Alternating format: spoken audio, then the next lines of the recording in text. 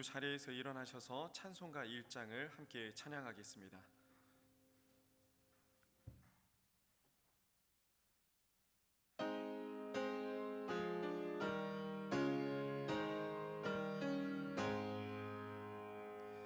만복의 근원 하나님,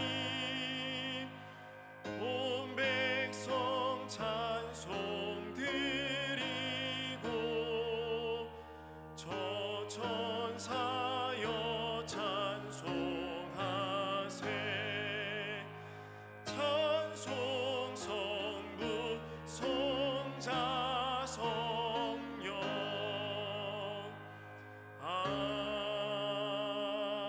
아멘. 살아계신 하나님 아버지, 오늘도 우리를 이 자리에 불러주셔서 하나님을 부르짖을 수 있도록, 기도할 수 있도록, 또 말씀을 들을 수 있도록 시간과 장소와 여건을 주심에, 특별히 믿음을 주심에 감사를 드립니다. 오늘도 우리를 부르시고 우리에게 말씀하시는 하나님의 음성을 꼭 듣게 하여 주시옵소서. 이 말씀이 주어진 우리의 삶의 모든 자리에서 붙들어지는 말씀이 되게 하시고 담대함을 주는 말씀이 되게 하여 주시옵소서. 모든 것을 맡겨드리며 사랑 많으신 예수님의 이름으로 간절히 기도드립니다. 아멘. 자리에 앉으셔서 찬송가 285장을 찬양하시겠습니다.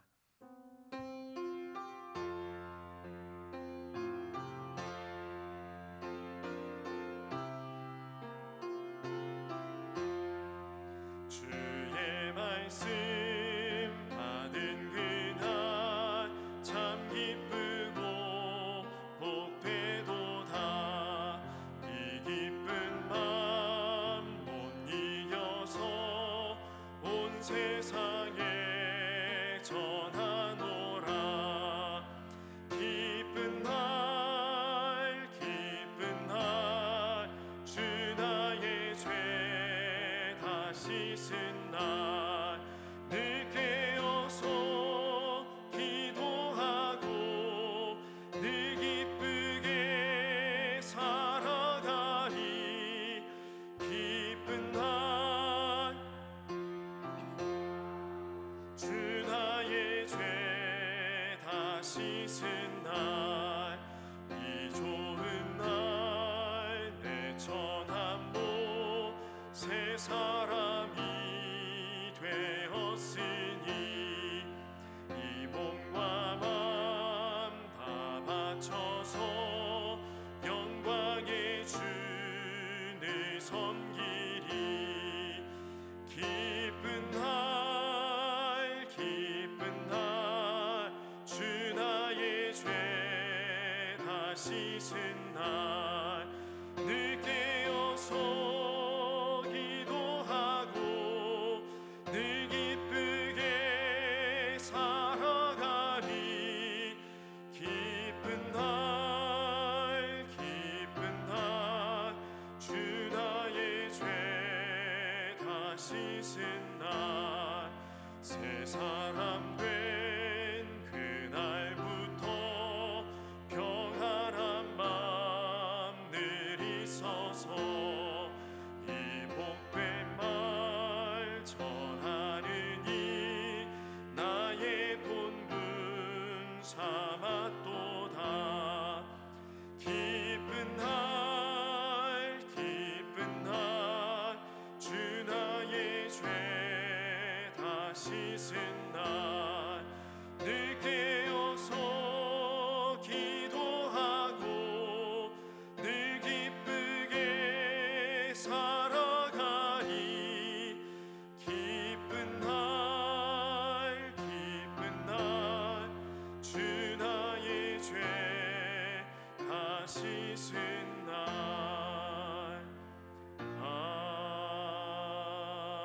아멘. 오늘 하나님께서 우리에게 주시는 말씀은 마태복음 25장 1절에서 13절까지 말씀입니다.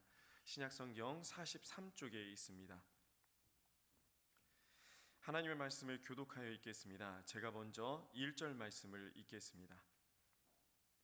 그때 천국은 마치 등을 들고 신랑을 맞으러 나간 10처녀와 같다 하리니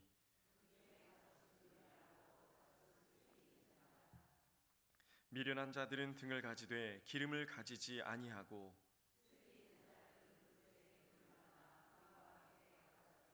신랑이 더디옴으로 다 졸며 잘세.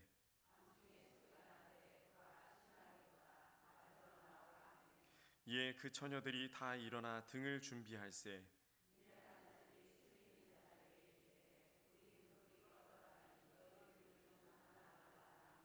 슬기 있는 자들이 대답하여 이르되 우리와 너희가 쓰기에 다 부족할까 하노니 차라리 파는 자들에게 가서 너희 쓸 것을 사라 하니.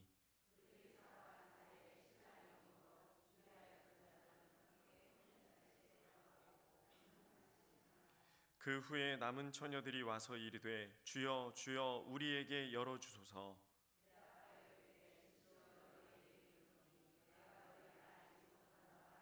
함께 읽겠습니다. 그런즉 깨어 있으라 너희는 그날과 그 때를 알지 못하느니라. 아멘. 네, 시작이 있으면 반드시 끝이 있습니다. 시작했는데 끝이 없는 건 말이 안 됩니다. 어떤 모습이든 어떤 결론이든 반드시 끝이 있습니다. 그런데 끝이 보이지 않을 것 같을 때도 있습니다. 군 생활이 그랬습니다. 여러분도 아마 영상 같은 걸 가끔 보시면은 이제 막 입대한 신병에게 얄궂은 짓궂은 선임병들이 다가와서 이렇게 말합니다. 두 주먹을 꽉 쥐어봐. 그리고 네 눈에 대봐. 앞이 보이니? 안 보입니다. 그게 네 군 생활이야. 라고 이야기를 하는 영상이 가끔 보입니다. 제가 27이라는 조금 늦은 나이에 군대 갔는데요. 21살 또 20살 되는 선임병들이 똑같은 장난을 치더라고요. 참 창의력이 부족하다, 안타깝다라는 생각이 들었습니다. 그런데 끝이 옵니다. 안 올 것 같았는데 왔습니다. 군인들한테 어떤 날이 가장 마음에 남니? 또 인상 깊었니? 라고 청년들한테 물어보면은 대부분 전역하기 전날이라고 이야기합니다. 집에 돌아가기 전날, 군 생활이 끝나는 그 시점. 오히려 전역하는 날은 그렇게 기억이 안 남는데 전역하기 전날 밤에 잠이 오지 않아서 그때를 생생하게 기억한다고 합니다.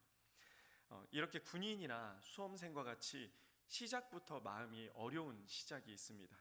그러나 반대로 기대와 설렘이 가득한 시작들도 있습니다. 해낼 수 있다, 해보자, 할 수 있다. 그래서 새해 첫날이 되면 다짐도 하고 기도 제목도 써봅니다. 사람들은 이곳저곳에서 떠오르는 태양을 보면서 희망찬 새해를 엽니다. 기대로 마음이 부풀어 오릅니다. 그런데 한 해의 끝, 연말이 되면 어김없이 후회가 밀려옵니다. 후회가 전혀 없는 사람은 아마 없을 것 같습니다. 또 한 살을 더 먹는구나. 뭐 한 게 있다고 또 한 해가 끝나가나 라고 후회하게 됩니다. 2025년이 시작된 지가 엊그저께 같은데 이제 2달 정도밖에 남지 않았습니다. 정말 세월이 화살 같습니다. 아직 12월도 되지 않았는데 후회라는 녀석이 슬금슬금 올라옵니다.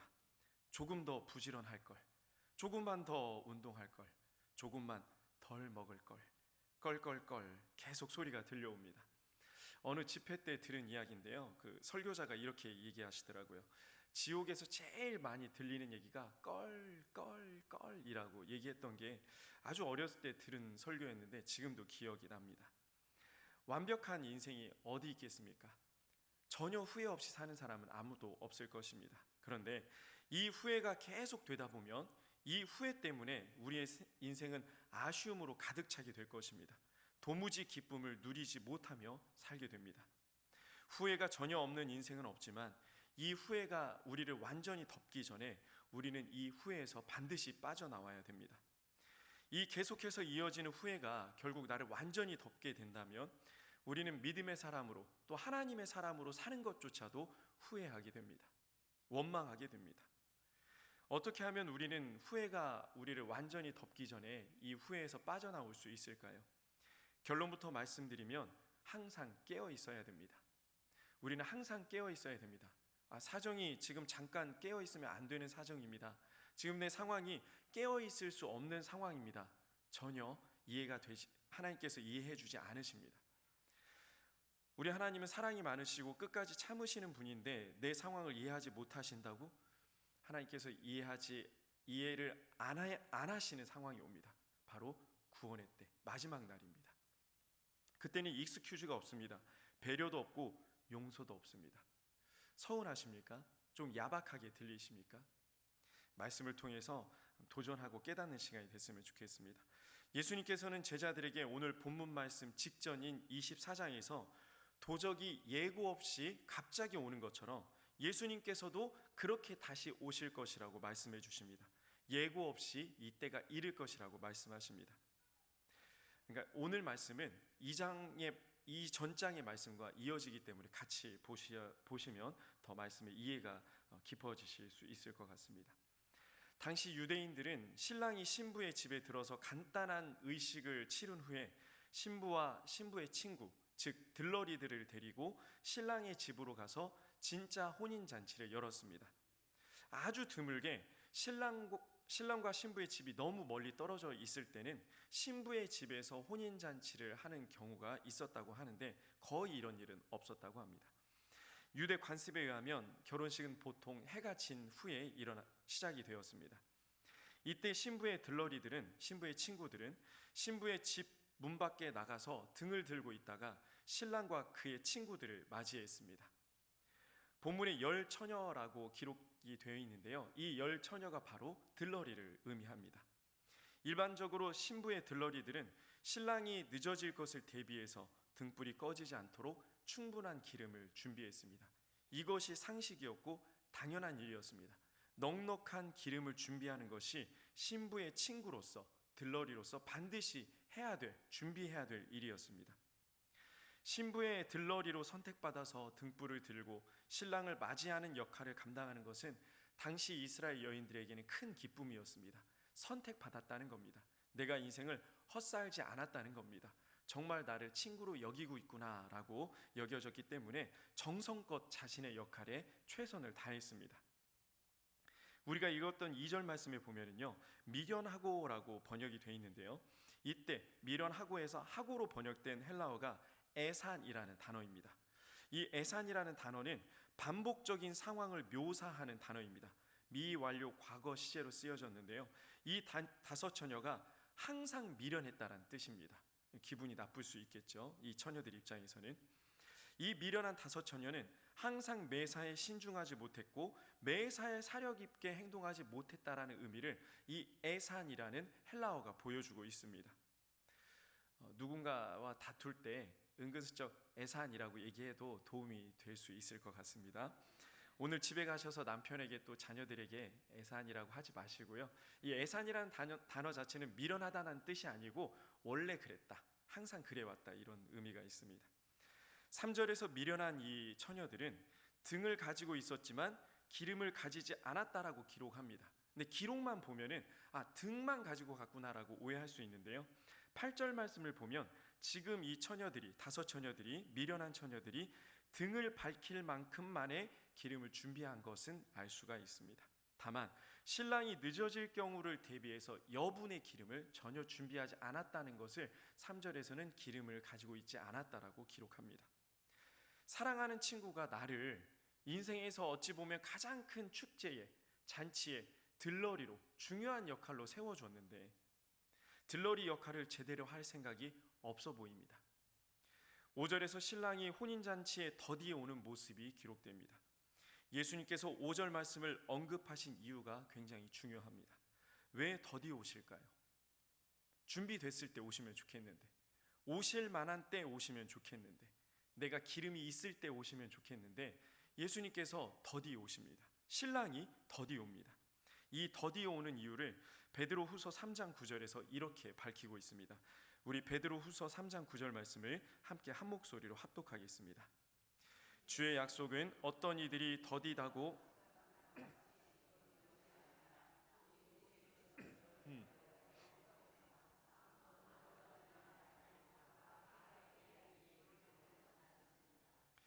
더디 오는 이유에 대해서 정확하게 말씀해 주고 계십니다.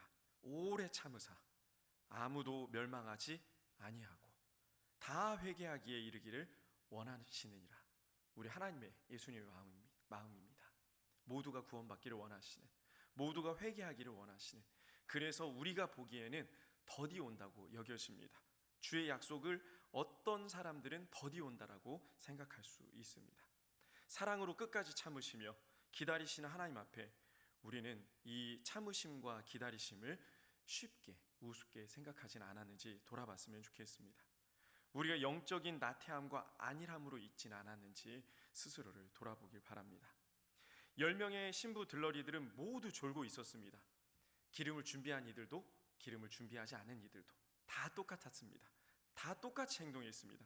신랑을 맞이할 시간이 길어지자 긴장감이 풀렸던 것 같습니다.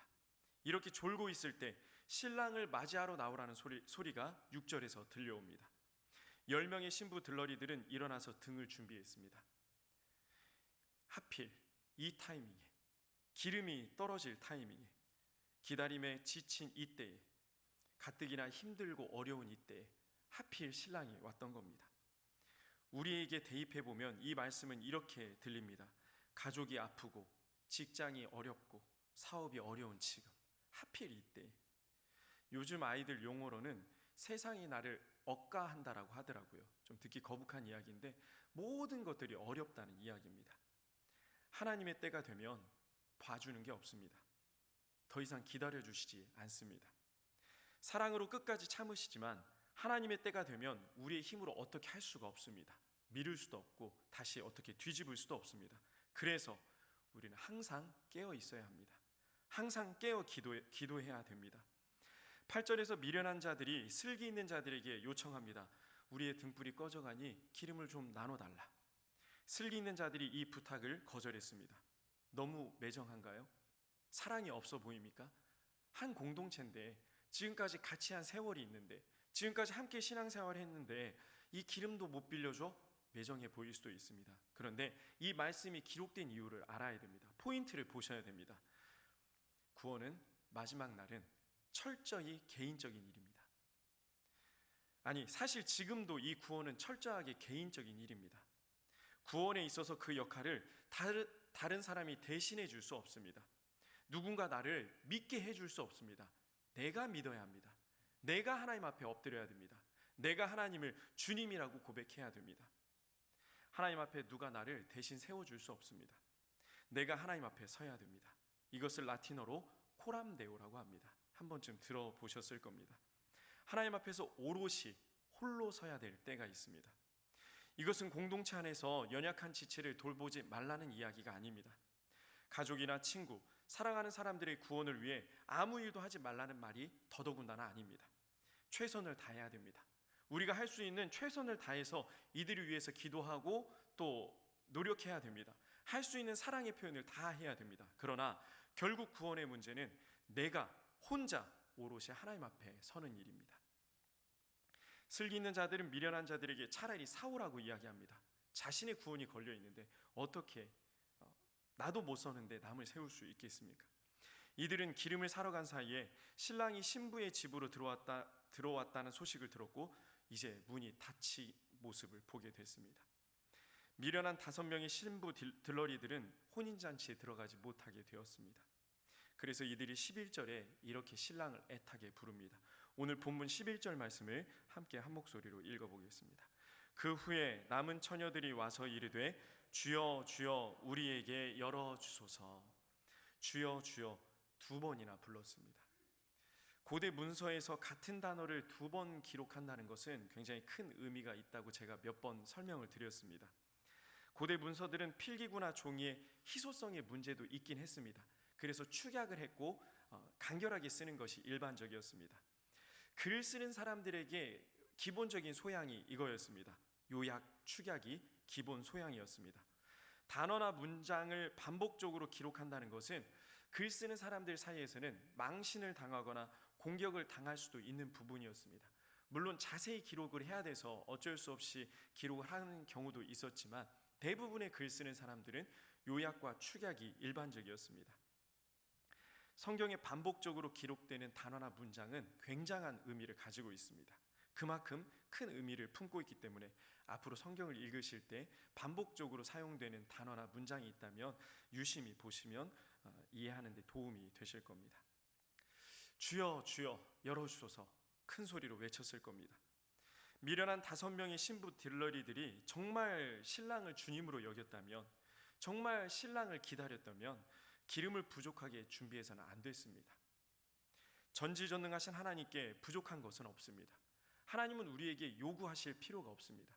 그런데 하나님은 우리에게 계속해서 요구하십니다. 왜 요구하실까요? 하나님께서 그걸 쓰시려고 요구하시는 것입니까? 아닙니다. 하나님께서 우리에게 요구하시는 것은 하나님을 위해서가 아니라 우리를 위해서입니다. 우리가 하나님을 진심으로 주님으로 여긴다면, 진심으로 주님으로 고백한다면 하나님께 드리는 것이 기쁨이어야 합니다. 여러분, 정말 하나님께 드리는 시간이 기쁨이십니까? 하나님께 드리는 물질이 기쁨이십니까? 정말 하나님께 드리는 나의 모든 것이 기쁨이십니까? 혹시 그러지 못한다면 기도하십시오. 하나님, 하나님께 드리는 모든 것이 내 삶의 가장 큰 기쁨이 되게 해 주시옵소서. 드리지 못하겠다면 내가 입버릇처럼 했던 주님, 주여를 다시 한번 생각해 보시기 바랍니다. 12절에서 이 다섯 처녀에게 끔찍한 신랑의 목소리가 들립니다. 너무 끔찍합니다. 진실로 너희에게 이르노니 내가 너희를 알지 못하노라. 그냥 알지 못한다 정도가 아니고 진실로 모른답니다. 진짜로 모른다고 하십니다. 신부의 친구인데, 신부가 특별하게 생각했던 사람들인데 그동안 신랑에게 자랑했을 것입니다. 그동안 신랑에게 이들을 얼마나 내가 사랑했는지, 이들이 얼마나 나를 사랑했는지 그 얘기 많이 했을 겁니다. 선택받은 5명인데 알지 못한다 말씀하십니다. 구원의 문제가 이렇게 심각한 겁니다. 그냥 쉽게 지나갈 수 있는 문제가 아닙니다. 내가 그래도 신부 친구인데, 내가 특별히 선택받은 들러리인데, 내가 그래도 항존직인데, 내가 그래도 직분자인데, 내가 그래도 성가대도 하고 봉사도 했는데, 내가 그래도 선교도 가고 전도도 했는데, 저는 이렇게 생각합니다. 내가 그래도 목사인데, 왕년에 그렇게 했던 거 우리에게 훈장처럼 여겨지고 좋은 추억이 될 수는 있겠지만 구원의 문제에서는 이런 것들이 아무 역할도 못합니다. 전혀 역할을 못합니다. 구원은 우리의 공로에 있지 않습니다. 오직 은혜에 있습니다. 오직 하나님께서 주시는 것입니다. 무엇을 했는가가 중요한 것이 아니라 내 중심이 하나님 앞에 어떠한가가 중요합니다. 그래서 누구도 평가할 수 없습니다. 저 사람 구원 받겠네. 저 사람 구원 못 받겠네. 절대 우리 입 밖에서 내서는 안 되는 이야기입니다. 하나님만이 아십니다. 오직 우리 하나님만 아시는 것이 바로 이 구원의 문제입니다. 그래서 우리는 하나님 앞에 더 진실해야 됩니다. 하나님 앞에 온전히 서야 됩니다. 항상 깨어 있어야 합니다.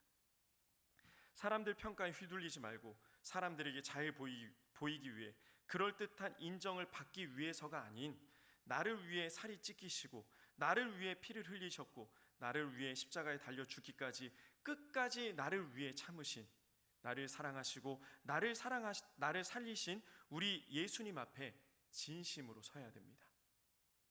여러분, 하나님 앞에, 예수님 앞에 진심이십니까? 그렇게 기억해달라고 부탁하셨습니다. 이것은 너희를 위해서 찢기는 살이다. 이것은 너희를 위해서 흘리는 피다. 이것을 먹을 때마다 너희를 위해 찢긴 내 살을 기억해다오. 너희를 위해 흘린 내 피를 기억해다오. 기념해다오. 부탁하셨습니다. 성찬 예식을 하면서도 하나님 앞에 진심으로 전심으로 서지 못하고 계시다면 이번 주에 있을 성찬 예식에 진심으로 전심으로 서시기를 간절히 소망합니다. 그동안 나를 향한 예수님의 사랑을 잊고 사셨습니까? 구원의 기쁨을, 구원의 감격을 잊고 사셨습니까? 다시 회복하시기 바랍니다. 진심으로 서시기 바랍니다. 목사님께서 앞에서 성찬 예식을 인도하실 때 참 잘 인도하네, 참 은혜롭네 라고 끝내지 마시고 정말 그 떡을 예수님의 살로, 정말 그 포도주를 예수님의 피로 기념하시길 바랍니다. 다시 기억하십시오. 다시 기념하십시오. 그때 우리는 다시 깨어 있을 수 있습니다. 말씀으로 기도로 항상 깨어 있어야 합니다. 오늘 본문의 마지막 말씀인 13절 말씀을 함께 읽겠습니다. 그런즉 깨어 있으라.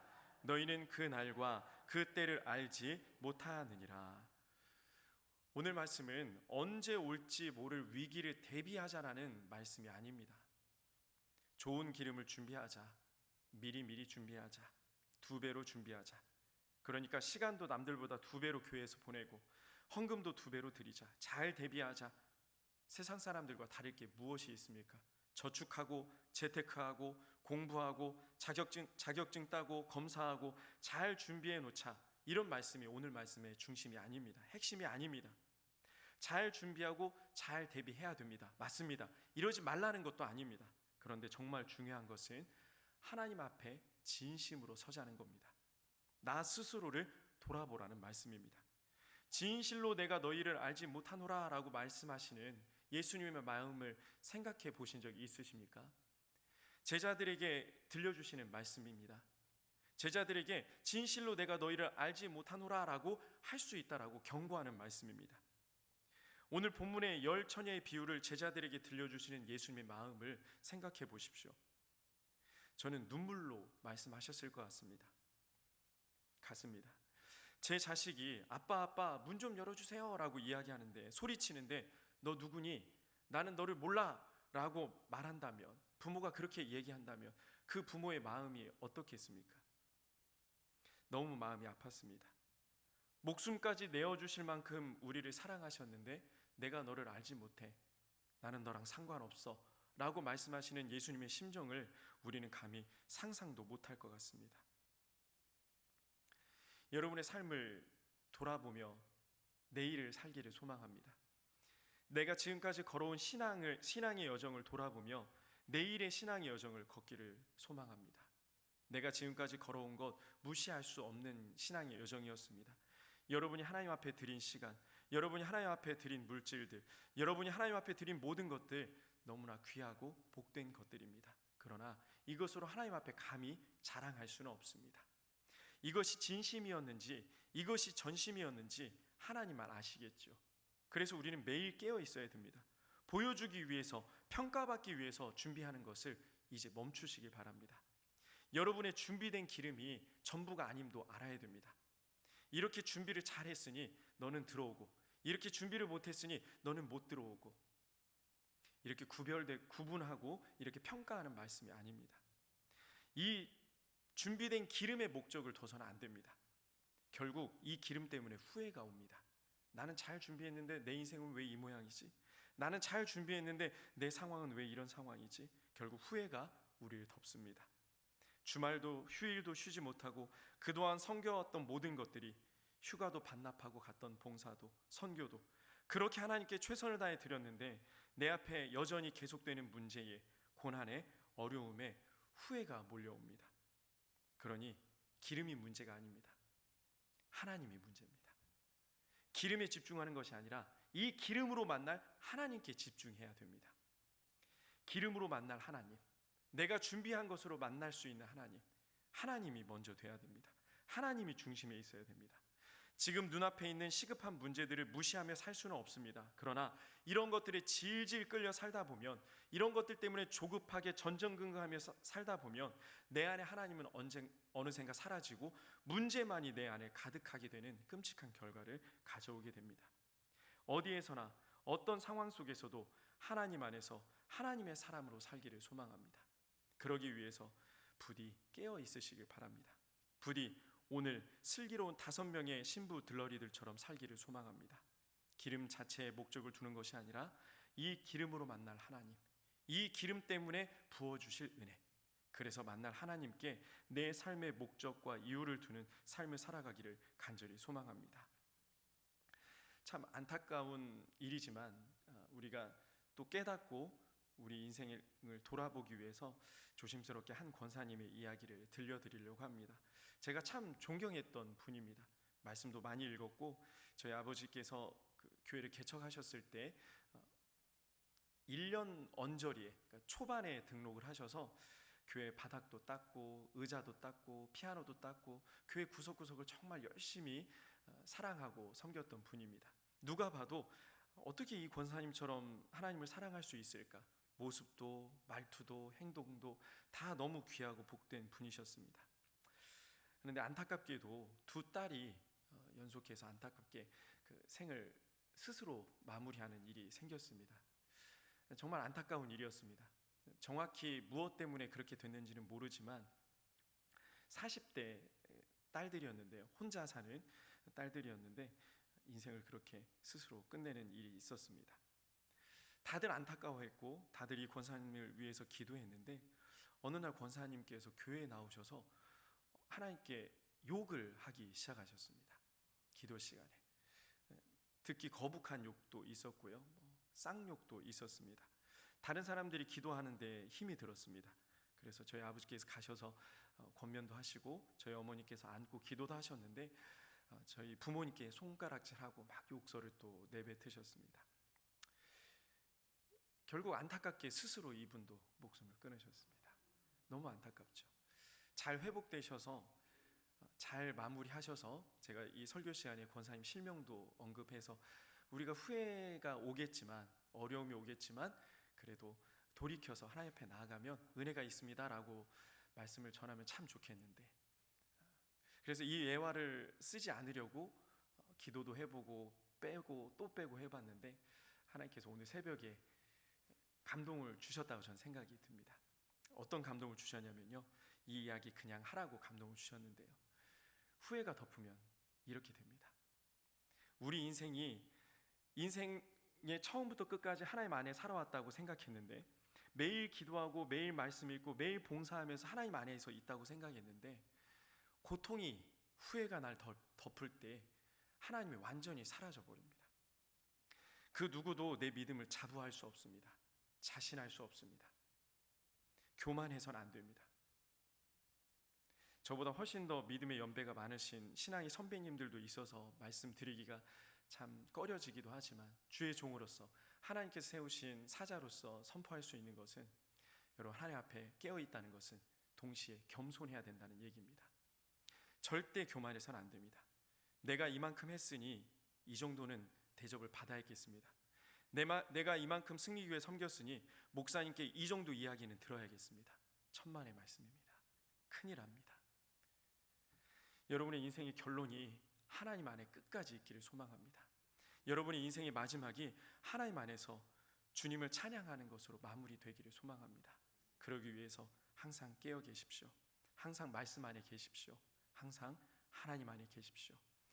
이렇게 하나님 안에서 끝을 마무리하는 우리 사랑하는 승리의 모든 성도님들 되시기를 간절히 소망합니다.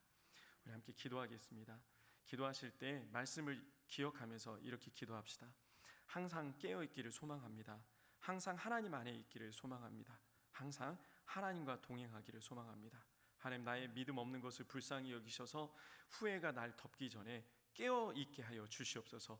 말씀을 읽게 하여 주시옵소서. 기도하게 하여 주시옵소서. 하나님 안에 살게 하여 주시옵소서라고 말씀을 기억하며 함께 기도하겠습니다.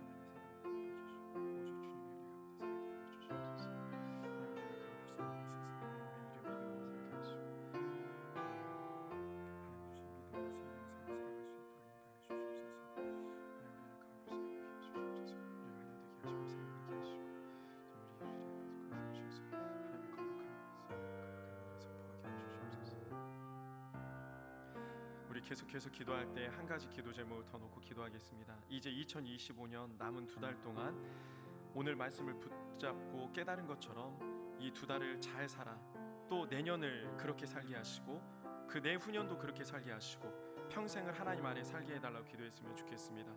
2025년 우리 특별히 승리교회가 하나님 주신 사역들을 잘 마무리할 수 있도록 함께해 주시고, 특별히 교회를 이끄시는 박규성 위임 목사님의 은혜를 더하셔서 여기까지 강건하게 하시고, 또 내년도 잘 계획을 세우셔야 될 텐데 지혜를 더하시고 능력을 더하셔서 하나님의 몸된 이 교회인 승리교회를 잘 이끌어 가실 수 있도록, 또 주변의 동역자들도 많이 세워달라고, 우리 승리교회가 목사님을 중심으로 하나 될 수 있도록 교회와 박규성 위임 목사님을 위해서 함께 합심해서 기도하겠습니다. 함께 기도합시다. 사랑하신 아버지 하나님을 감사합니다. 수많은 교회 가운데 우리를 일산 승리교회에 불러주셔서 우리 교회에서 신앙생활하게 하시며 믿음의 생활을 여정을 걷게 하시며 감사합니다. 하나님 보내주셨사오니 우리 교회 위에 은혜를 더하시고 우리 믿음의 동역자로서 또 식구들로서 교회를 한마음 한뜻으로 사랑할 수 있도록 인도하여 주시옵소서. 2025년 남은 2달 동안 교회를 더 뜨겁게 사랑하게 하시고 하나님께서 우리 승리교회에게 맡겨주신 사역들을 잘 감당할 수 있도록 은혜를 쏟아부어 주시옵소서. 특별히 교회를 이끌고 계시는 사랑하는 박효선 담임 목사님, 유희 목사님의 은혜를 더하시고 여기까지 강건함으로 붙잡아 주시고 말씀을 전하실 때 기도할 때 성령 하나님 항상 동행하셔서 우리 교회를 잘 이끌어 가실 수 있도록 인도하여 주시옵소서. 우리 승리의 모든 성도님들이 동역자로 세워지게 하시고 우리 교회 가운데 사랑과 은혜와 능력이 넘치는 교회 되게 하여 주시옵소서. 사랑하신 아버지 하나님, 은혜를 감사합니다.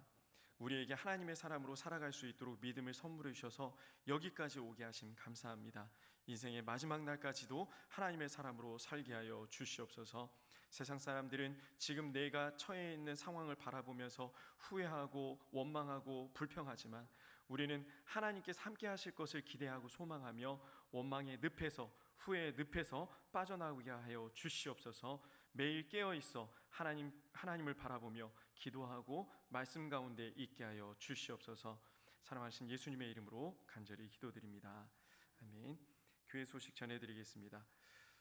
돌아오는 주일 10월 26일에 1부에서 3부 예배까지 성찬 예식이 있습니다. 경건한 마음으로 기도하며 준비해 주시기 바랍니다. 성찬위원 명단이 뒤에 게시되어 있으니 확인하시고 숙지해 주시기 바랍니다. 서울 서북로의 남성교회 연합회 순회 헌신 예배가 돌아오는 주일 오후 3시 30분 본당에서 있습니다. 안수집사의 신입 안수집사 환영회 및 정기 세미나가 10월 25일 토요일 오전 8시 30분에 교회에서 출발합니다. 봉사지체 연탄 나눔 봉사가 있습니다. 11월 8일 토요일 오전 9시 교회에서 출발합니다. 또 다문화 페스티벌이 11월 2일 주일 오후 1시에서 4시까지 다문화 교회에서 이어집니다. 나머지 소식은 주부로 참조해 주시고 연말에 계속 이어지는 이 행사 가운데 은혜 가운데 이어질 수 있도록 기도해 주시고 협조해 주시면 감사하겠습니다. 축도로 예배를 마치겠습니다. 지금은 우리 구주 예수님의 은혜와 우리 하나님의 극진하신 사랑하심과 성령님의 감동, 감화, 교통, 위로 충만하심이 항상 깨어 있어 하나님 안에 살기를 결단하는 승리의 모든 성도님들 머리 위에, 우리의 가정과 직장, 사업장, 자녀들 앞날 위에, 나라와 민족과 열방 가운데 이제로부터 영원토록 함께 하시기를 간절히 축원하옵나이다. 아멘.